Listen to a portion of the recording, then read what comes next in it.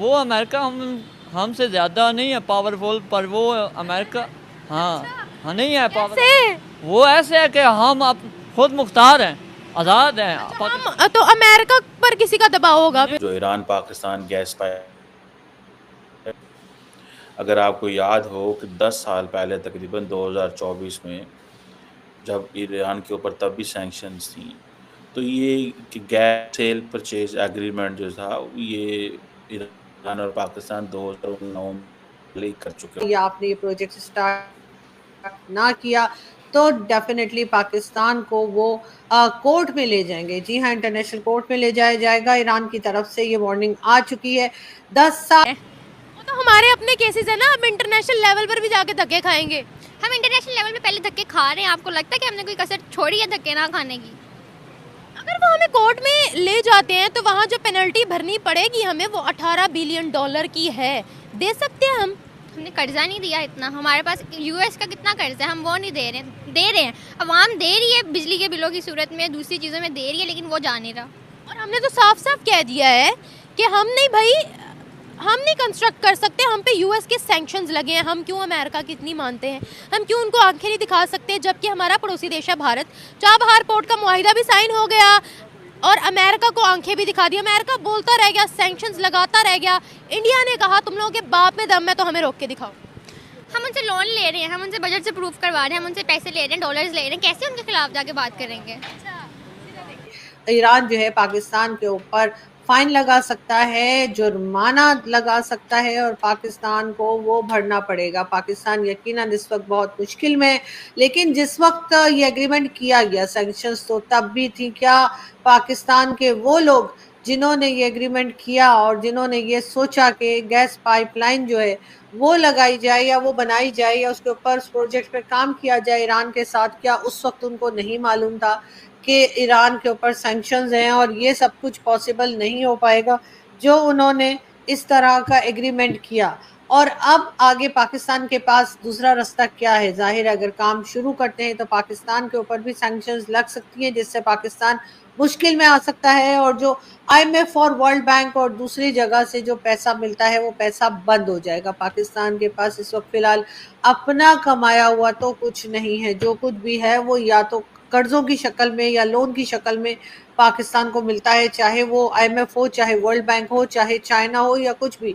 China से मुझे याद आया, चाइना के साथ भी पाकिस्तान का CPEC जो है वो सालों साल से चल रहा है। 10 साल का केक तो चाइनीज़ और पाकिस्तानी भी मिलकर काट चुके हैं और खा भी चुके हैं, लेकिन वो CPEC है कि वो भी शैतान की आंख जो हमारे यहाँ बोलते हैं कि ख़त्म होने में ही नहीं आ रहा।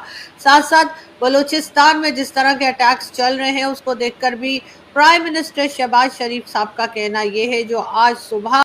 नमस्कार दोस्तों, जय हिंद। स्वागत है दोस्तों आप सभी को एक और नए वीडियो में। तो दोस्तों वीडियो होने वाली है ईरान और पाकिस्तान के बीच में। तो जो ईरान है वो पाकिस्तान को कुछ काम करने के लिए पैसा दिए थे, कुछ मिलियन करोड़ों रुपया थी, जो अब वो जो काम नहीं पूरा कर पाए। तो जो ईरान के जो अथी हैं उनका जो राष्ट्रपति है उनको कहना है कि तुम मेरा पैसा समय पर चुकती कर दो। तुम तो पहले से भिखमंगा हो, खुद दूसरे से मांग कर अपना दिन रोटी गुजर रोटी करते हो और खुद अपना पाकिस्तान दूसरे पर निर्भर है। आप लोग तो खुद जानते हैं, क्योंकि उनको तो पता है कि अगर हम भारत से भी अगर संबंध अच्छा करें तो भारत हमसे संबंध अच्छा नहीं करेगा, क्योंकि भारत के साथ हमारे कुछ खास अच्छा संबंध नहीं है। तो उन्होंने चीन से भी जो है बहुत सारे कर्जा ही ले लिया है, जो अपना अभी तक कर्जा ही नहीं चुकती कर पा रहा है। तो चुकती कर पाएगा ही कैसे, क्योंकि वहाँ जो शासन लगता है उनको ऊपर तो उनका जो वहाँ पब्लिक का कहना है कि उनको ऊपर तो कुछ इंजाम लगा के साल 2 साल में उनको हटा दिया जाता है। और जो भारत में जो शासनकाल होती है, जो कंपेयर किया जाता है पाकिस्तान के लोग करते हैं, तो भारत पूरी जो 5 साल का शासन अपना पूरा करते हैं। तो पाकिस्तानी लोगों के कहना है कि भारत आज हमारे से बहुत आगे तक निकल चुकी है, हम भारत को चाह कर भी उसको पीछा हम नहीं कर सकते हैं। और एक तो ऊपर से ईरान की दबाव बन गई है कि तुम हमारे पैसा वापस लौटा दो, नहीं तो हम तुम्हारे कोर्ट में जाके घसटूँगा, और इतना घसटूँगा कि तुमको 7 पुश्ती तक याद रहेगा।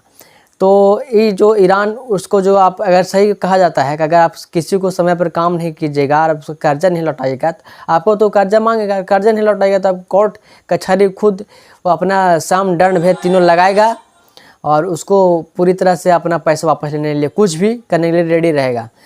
हाँ इससे हम अमेरिका से ज़्यादा पावरफुल हैं। अल्हम्दुलिल्लाह। तो अमेरिका आज हमसे ज़्यादा तरक्की याफ्ता कैसे है? अमेरिका से हम डरते क्यों हैं?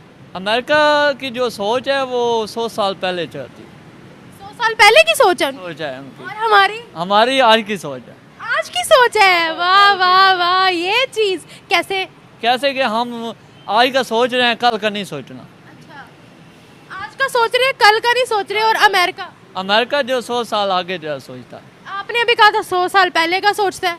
वो 100 साल पहले जो उनका जो भी है उनकी अकौमी या उनकी स्टैचर सोच वो आगे की तरफ सोचता है। तो इस हिसाब से तो वो पावरफुल हुए। वो पावरफुल नहीं है, पावरफुल हम हैं। कैसे? वो हमारे अंदर जहाद की ताकत भी है, सब कुछ है।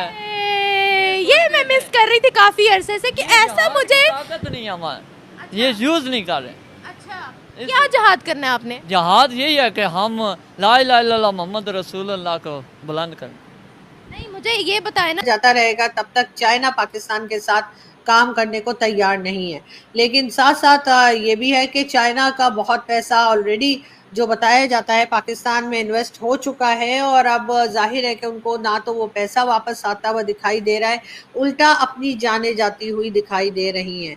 चाहे ग्वादर हो, आप बलूचिस्तान का कोई हिस्सा भी देख लीजिए जहां पर सी पैक प्रोजेक्ट चल रहा है और जिसके करता धरता आसिम सलीम बाजवा, जी हाँ, लेफ्टिनेंट जनरल आसिम सलीम बाजवा जो कि सी पैक के चेयरमैन रहे और उसके बाद खाया पिया और दौड़ गए। जी हाँ, उन्होंने कई पिज़्ज़ा फ्रेंचाइज बनाई और अमेरिका में, और वैसे तो खैर अब उनकी फ्रेंचाइज पाकिस्तान में भी ऑपरेट कर रही हैं। लेकिन अब ये हुआ है कि ईरानी ये कहते हैं कि पाकिस्तान हमारे इस प्रोजेक्ट को सीरियसली ले रहा। आज 10 साल से ज़्यादा अरसा हो गया जो हमसे वादे किए हुए हैं, हमने अपनी साइड से गैस पाइपलाइन वो सारी बिछा ली है, पाकिस्तान कुछ करती नहीं है। ये एक बड़ी शॉकिंग डेवलपमेंट है कि ईरान ने पाकिस्तान को आखिरी नोटिस दे दिया। इसके बाद ईरान कहता है कि हमारे पास कोई चॉइस नहीं रहती कि हम पाकिस्तान को पेरिस आर्बिट्रेशन कोर्ट के अंदर लेके चले जाएंगे, और अगर पाकिस्तान ने ये कंस्ट्रक्शन शुरू ना की under the IP gas project, ठीक है जी, और महज 6 महीने की उन्होंने डेडलाइन दी है, तो ये फिर हम सीधा फ्रेंच आर्बिट्रेशन कोर्ट में जाएंगे जो यूएस सैंक्शंस को रिकग्नाइज़ नहीं करता। तो ये एक चीज़ है।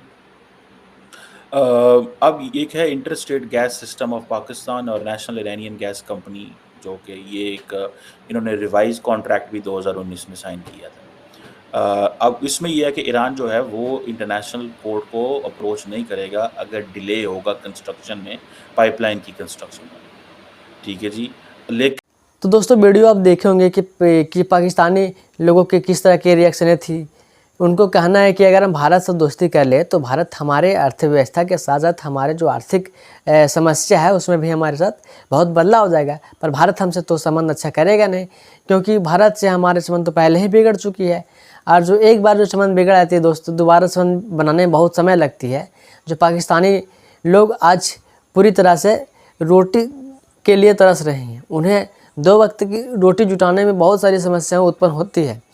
तो उनको कहना है कि अगर हम टाइम पर अगर ईरान को अपना और चीन को अगर कर्जा वापस नहीं लौटाते हैं तो हमारे ऊपर बहुत सारी संकट बढ़ जाएगी। तो ठीक ही कहा जाता है कि औकात से बढ़कर कुछ नहीं करना चाहिए, और आप दिखावा के लिए कीजिएगा तो आपको कर्जा में ही डूबिएगा।